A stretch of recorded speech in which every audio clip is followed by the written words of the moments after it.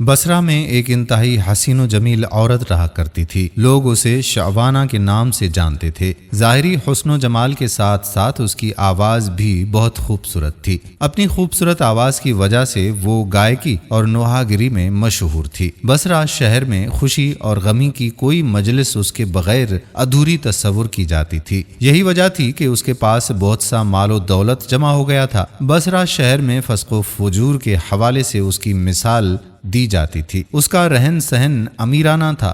وہ بیش قیمت لباس زیب تن کرتی اور گراں بہا زیورات سے بنی سنورتی پھرتی تھی۔ ایک دن وہ اپنی رومی اور ترکی کنیزوں کے ساتھ کہیں جا رہی تھی۔ راستے میں اس کا گزر حضرت صالح المری علیہ رحمت اللہ کے گھر کے قریب سے ہوا۔ آپ برگزیدہ بندوں میں سے تھے۔ آپ با عمل عالم دین اور عابد و زاہد تھے۔ آپ اپنے گھر میں لوگوں کو واعظ ارشاد فرمایا کرتے تھے۔ آپ کے واعظ کی تاثیر سے لوگوں پر رقت طاری ہو جاتی اور وہ بڑی زور زور سے آہو بکا شروع کر دیتے اور اللہ عز و جل کے خوف سے ان کی آنکھوں سے آنسوں کی جھڑیاں لگ جاتی۔ جب شعوانہ نامی وہ عورت وہاں سے گزرنے لگی تو اس نے گھر سے آہو فغاں کی آوازیں سنی۔ آوازیں سن کر اسے بہت غصہ آیا۔ وہ اپنی کنیزوں سے کہنے لگی، تعجب کی بات ہے کہ یہاں نوحہ کیا جا رہا ہے اور مجھے اس کی خبر تک نہیں دی گئی۔ پھر اس نے ایک خادمہ کو گھر کے حالات معلوم کرنے کے لیے اندر بھیج دیا۔ وہ لونڈی اندر گئی اور اندر کے حالات دیکھ کر اس پر بھی خدا عز و جل کا خوف طاری ہو گیا اور وہ وہیں بیٹھ گئی۔ جب وہ واپس نہ آئی تو شعبانہ نے کافی انتظار کے بعد دوسری اور پھر تیسری لونڈی کو اندر بھیجا، مگر وہ بھی واپس نہ لوٹیں۔ پھر اس نے چوتھی خادمہ کو اندر بھیجا جو تھوڑی دیر بعد واپس لوٹ آئی اور اس نے بتایا کہ گھر میں کسی کے مرنے پر ماتم نہیں ہو رہا بلکہ اپنے گناہوں پر آہو بکا کی جا رہی ہے۔ لوگ اپنے گناہوں کی وجہ سے اللہ عز و جل کے خوف سے رو رہے ہیں۔ شعوانہ نے یہ سنا تو ہنس دی اور ان کا مذاق اڑانے کی نیت سے گھر کے اندر داخل ہو گئی، لیکن قدرت کو کچھ اور ہی منظور تھا۔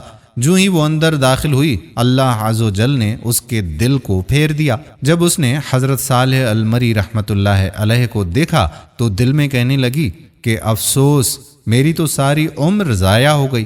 میں نے انمول زندگی گناہوں میں اکارت کر دی، وہ میرے گناہوں کو کیوں کر معاف فرمائے گا؟ انہی خیالات سے پریشان ہو کر اس نے حضرت صالح المری علیہ رحمت اللہ سے پوچھا کہ اے امام المسلمین، کیا اللہ عز و جل نافرمانوں اور سرکشوں کے گناہ بھی معاف فرما دیتا ہے؟ آپ نے فرمایا، ہاں، یہ واعظ و نصیحت اور وعدے وعیدیں سب انہی کے لیے تو ہیں تاکہ وہ سیدھے راستے پر آ جائیں۔ اس پر بھی اس کی تسلی نہ ہوئی تو وہ کہنے لگی کہ میرے گناہ تو آسمان کے ستاروں اور سمندر کی جھاگ سے بھی زیادہ ہیں۔ آپ نے فرمایا، کوئی بات نہیں، اگر تیرے گناہ شعوانہ سے بھی زیادہ ہوں تو بھی اللہ عز و جل معاف فرما دے گا۔ یہ سن کر وہ چیخ پڑی اور رونا شروع کر دیا اور اتنا روئی کہ اس پر بے ہوشی طاری ہو گئی۔ تھوڑی دیر کے بعد جب اسے ہوش آیا تو کہنے لگی، حضرت، میں ہی وہ شعوانہ ہوں جس کے گناہوں کی مثالیں دی جاتی ہیں۔ پھر اس نے اپنا قیمتی لباس اور زیورات اتار کر پرانا لباس پہن لیا اور گناہوں سے کمایا ہوا سارا مال غربا میں تقسیم کر دیا اور اپنے تمام غلام اور خادمائیں بھی آزاد کر دیں۔ پھر اپنے گھر میں مقید ہو کر بیٹھ گئی۔ اس کے بعد وہ شب و روز اللہ عز و جل کی عبادت میں مصروف رہتی تھی اور اپنے گناہوں پر روتی رہتی اور ان کی معافی مانگتی رہتی، رو رو کر رب عز و جل کی بارگاہ میں التجائیں کرتی، اے توبہ کرنے والوں کو محبوب رکھنے والے، گناہ گاروں کو معاف فرمانے والے، مجھ پر اپنا رحم فرما، میں کمزور ہوں، تیرے عذاب کی سختیوں کو برداشت نہیں کر سکتی، تو مجھے اپنے عذاب سے بچا لے اور مجھے اپنی زیارت سے مشرف فرما۔ اس نے اسی حالت میں 40 سال بسر کیے اور انتقال کر گئی۔ یہ ہوتا ہے ولی اللہ کی صحبت کا اثر۔ اللہ تعالی ہمیں صراط مستقیم پر چلنے کی توفیق عطا فرمائے، آمین ثم آمین یا رب العالمین۔ دوستو، یہ قصہ حکایات الصالحین صفحہ نمبر 74 سے آپ کی خدمت میں پیش کیا گیا۔ ویڈیو پسند آئی ہو تو اپنے دوستو احباب کے ساتھ بھی شیئر ضرور کیجیے گا۔